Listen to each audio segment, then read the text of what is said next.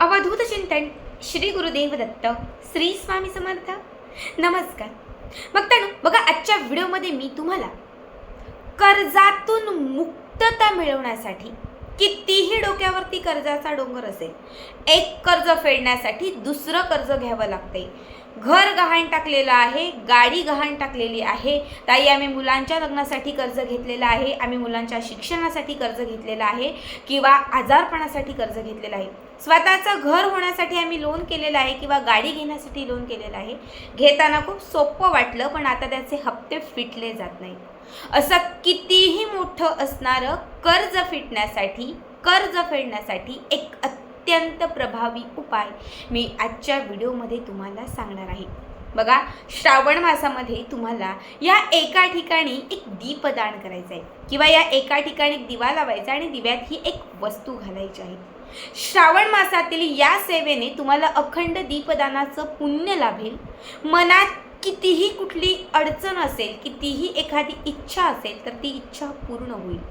बघा, हा उपाय लक्ष्मीला प्रसन्न करण्यासाठी, माता लक्ष्मीची प्राप्ती आपल्या घरात होण्यासाठी, आणि आपल्या घरामध्ये असणारं जे काही धन असेल, वैभव असेल, पैसा असेल, सोनं असेल, तर यामध्ये स्थिरता येण्यासाठी, म्हणजे आपल्या घरात माता लक्ष्मीला स्थिर करण्यासाठी तुम्हाला हा उपाय करायचा आहे. या उपायाने तुमच्या घरामध्ये चहूबाजूने पैशांचा ओघ वाढता राहील.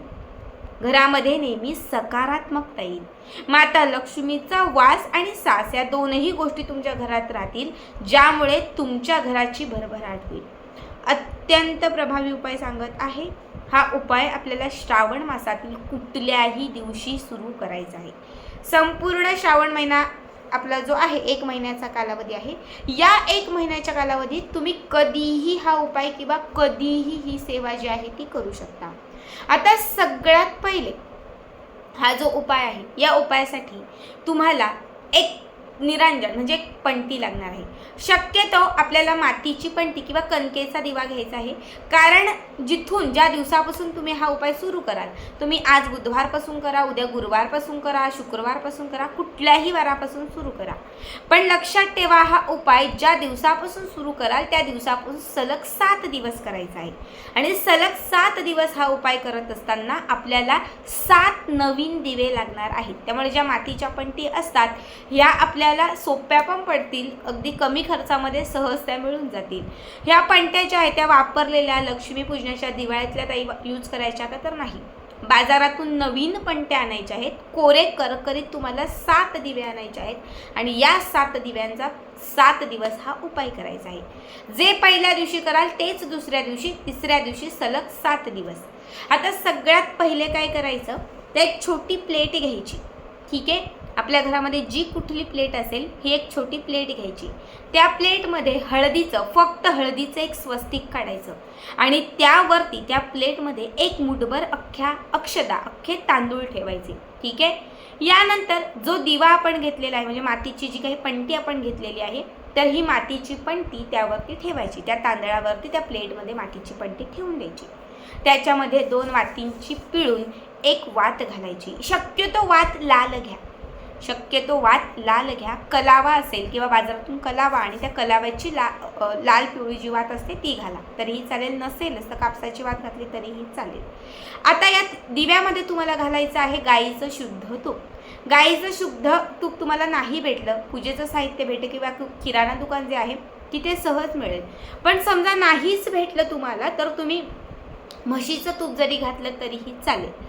आता काय करायचं आहे, हा दिवा जो आहे तो प्रज्वलित करायचा आहे, आणि हा दिवा तुम्हाला तुमच्या घरातील जी तुळशी माता आहे, जे तुळशी वृंदावन आहे, जिथे आपण तुळशीची कुंडी किंवा तुळशीचं वृंदावन आहे, त्याच्या समोर तुम्हाला हा जो दिवा आहे तो दिवा लावायचा आहे. ठीक आहे, तिथे बसण्यासाठी एक आसन घ्यायचं आहे. या दिव्यामध्ये माता लक्ष्मीला प्रसन्न करणाऱ्या, माता लक्ष्मीला आकर्षित करणाऱ्या, आपल्या घरात सकारात्मकता आणणाऱ्या, आणि आपल्या घरामध्ये धनवैभवाची प्राप्ती करणाऱ्या ज्या सर्वात विशिष्ट गोष्टी मानल्या जातात त्या म्हणजे लवंग.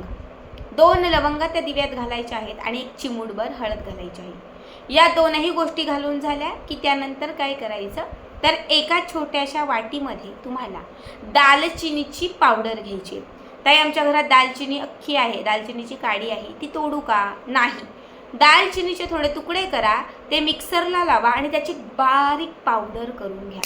आता सगळ्यात पहिले ही पावडर जी केलेली आहे ती एका वाटीमध्ये घ्या. या 3 बोटांमध्ये ही पावडर उचला. दालचिनीची पावडर या 3 बोटांमध्ये घ्या. मनात एक इच्छा धरा. कर्ज असेल, लक्ष्मीला प्रसन्न करायचं असेल, धनाचा ओघ घरात वाढवायचा असेल किंवा घरामध्ये सुख हवं असेल, तुमच्या मनात एखादी कठीणातील कठीण इच्छा असेल आणि ती पूर्ण करायची असेल, तर जे काही असेल तुमच्या मनामध्ये ते तुम्हाला व्यक्त करायचं आहे, हे तुम्हाला सांगायचं आहे. आणि त्यानंतर या 3ही बोटांमध्ये घेतलेली जी दालचिनीची पावडर आहे ही तुम्हाला त्या दिव्यात अर्पण करायची आहे. ठीक आहे.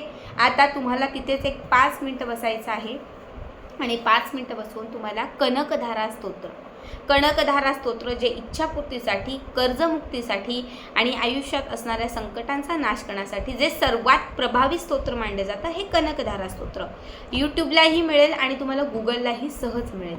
तर हे कनकधारा स्तोत्र तुम्हाला 3 वेळा म्हणायचे, फक्त 3 वेळा. आता खूप प्रयत्न करूनही तुम्हाला जर कनकधारा स्तोत्र नाहीच भेटलं तर तुम्ही 3 वेळा श्री सुक्तम म्हटला तरीही चालेल. बस त्या दिव्यासमोर 2ही हात जोडायचे, 3 वेळा श्री सुक्तम किंवा 3 वेळा कनकधारा स्तोत्र म्हणायचं आणि त्याच्यानंतर हा दिवा तिथेच ठेवून द्यायचा आणि मग आपण घरामध्ये निघून यायचं. त्यानंतर हा दिवा अगदी रात्रभर किंवा तुम्ही झोपेपर्यंत तरी पेटता राहील याची काळजी घ्या. दुसऱ्या दिवशी जेव्हा सकाळी उठाल बघा, हा उपाय तुम्ही दिवसभरात कधीही करू शकतात, सकाळ दुपार संध्याकाळ, पण सलग 7 दिवस एकच टायमिंग असला पाहिजे. वेगवेगळा टाईम नाही. सकाळी केला तर 7 दिवस सकाळी, दुपारी केला तर 7 दिवस दुपारी, संध्याकाळी केला तर तुम्हाला 7 दिवस संध्याकाळीच ही सेवा, हा उपाय करायचा आहे. ठीक आहे. दुसऱ्या दिवशी जेव्हा तुम्ही सकाळी उठाल, स्वच्छ स्नान सगळं आपलं आवरलं की त्यानंतर हा जो दिवा आहे, आता मातीची पंटी घेतली असेल तर त्या पंतीमध्ये घातलेली जी वात वगैरे असेल आणि तो जो दिवा असेल हे सगळं उचलायचं तिथून आणि एखादं मोठं झाड असेल आजूबाजूला, पवित्र झाड किंवा पवित्र ठिकाण लक्षात ठेवा, त्या ठिकाणी मातीची पंटी आणि त्यामध्ये घातलेल्या ह्या ज्या वस्तू आहेत त्या तिथे ठेवून द्यायच्या.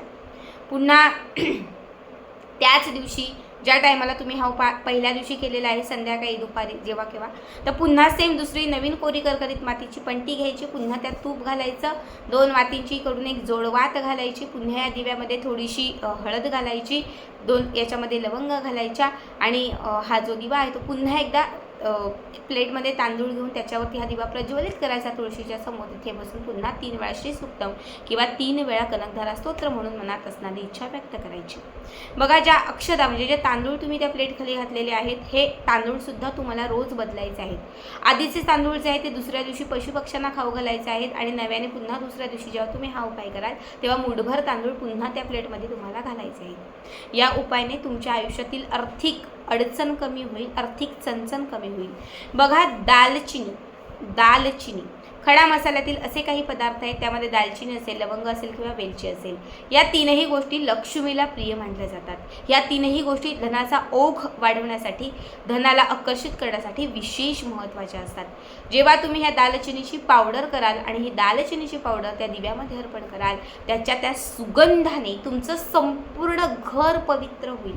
माता लक्ष्मी त्या क्षणात प्रसन्न होईल आणि जेव्हा तुम्ही तिथे ती सेवा करत असाल, लक्ष्मीचं श्री सुक्तम जेव्हा त्या दिव्यात तुम्ही ती पावडर घालाल तेव्हा दिव्यातून एक सुगंध येईल आणि त्या सुगंधित वातावरणात जेव्हा तुम्ही श्री सुक्तम किंवा कनकधारा स्तोत्राचं पठण कराल तेव्हा तुमची सेवा माता लक्ष्मी स्वीकारेल. तुमची सेवा माता लक्ष्मीपर्यंत क्षणात पोहोचली जाईल आणि जेव्हा तुमची सेवा तिच्यापर्यंत पोहोचली जाईल, जेव्हा हा सुगंध तिच्यापर्यंत पोहोचला जाईल, तेव्हा त्या दिव्यामार्फत तुम्ही जी इच्छा व्यक्त केली असेल तर ती इच्छा कितीही कठीण असेल तरी ती पूर्ण होईल.